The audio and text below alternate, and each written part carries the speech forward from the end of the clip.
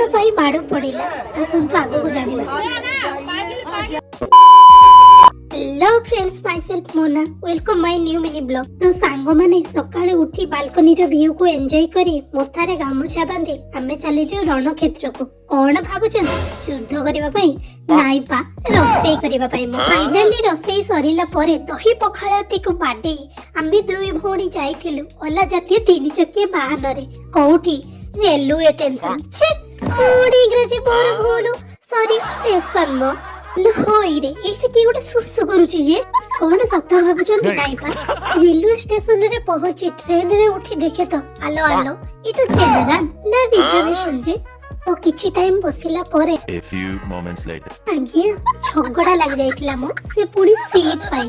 ठीक है, हमें चाहा पी दे समाप्ति करू होछु ए ब्लॉग टी को भलो लागितिले लाइक सब्सक्राइब करिवे। रहूची जय जगन्नाथ।